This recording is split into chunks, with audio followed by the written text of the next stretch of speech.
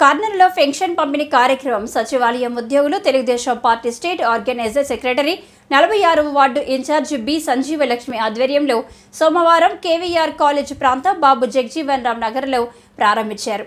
ఉదయం 6 గంటల నుంచే పెన్షన్ లబ్ధిదారులకు ఇచ్చారు.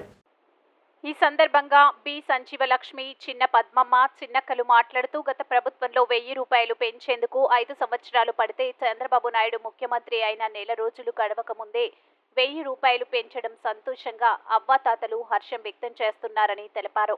ఈ కార్యక్రమంలో బూత్ ఇన్ఛార్జీలు ఎస్ రమేష్, శ్రీను, టీడీపీ నాయకులు, కార్యకర్తలు తదితరులు పాల్గొన్నారు. 1000 రూపాయలు కలుపుతూ 4000 రూపాయలు పెన్షన్ 1000 రూపాయలు పెంచుతూ ఒక్కసారిగా ఒక్కొక్క మనిషికి ఒక పెన్షన్ దారుడికి 7000 రూపాయలు ఇవ్వడం అనేది ఆషామాషి విషయం కాదు.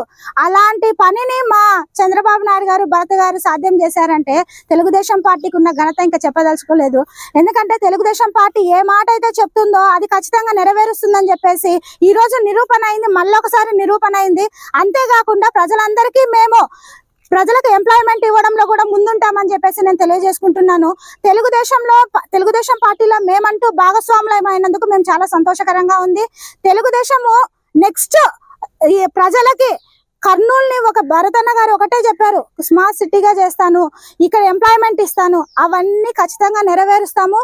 నెరవేర్చి గత ప్రభుత్వానికి మా ప్రభుత్వానికి తేడా ఎలా ఉంటుందో ప్రజలే స్వీకరించి వాళ్ళ ఆదరణ పొందుతామని చెప్పేసి మనస్ఫూర్తిగా కోరుకుంటున్నాం. ఆల్రెడీ ఆదరణ ఉన్నందుకే గెలిచాము, కానీ వాళ్ళ మనసులో ఉన్న ఒక సంకోచాన్ని కూడా ఈ రోజు పెన్షన్ రూపంలో తొలగించి ముందుకు పోయే ముందు మేమందరము ఒక మంచి ప్రణాళిక పెట్టుకొని ప్రజలకు ఎంప్లాయ్మెంట్ అయితేనేమి, లేకపోతే మహిళలకు ఏదైనా చేతి వృత్తుల పనులు అయితేనేమి, లేకపోతే సిటీలో ఉన్న చెత్తని పడేయడంలో కానీ చెత్త పనులు వేయకుండా చెత్తను తోడేసే దాంట్లో మేము ముందుగా ఉంటామని చెప్పేసి కూడా నేను తెలియజేస్తున్నాను.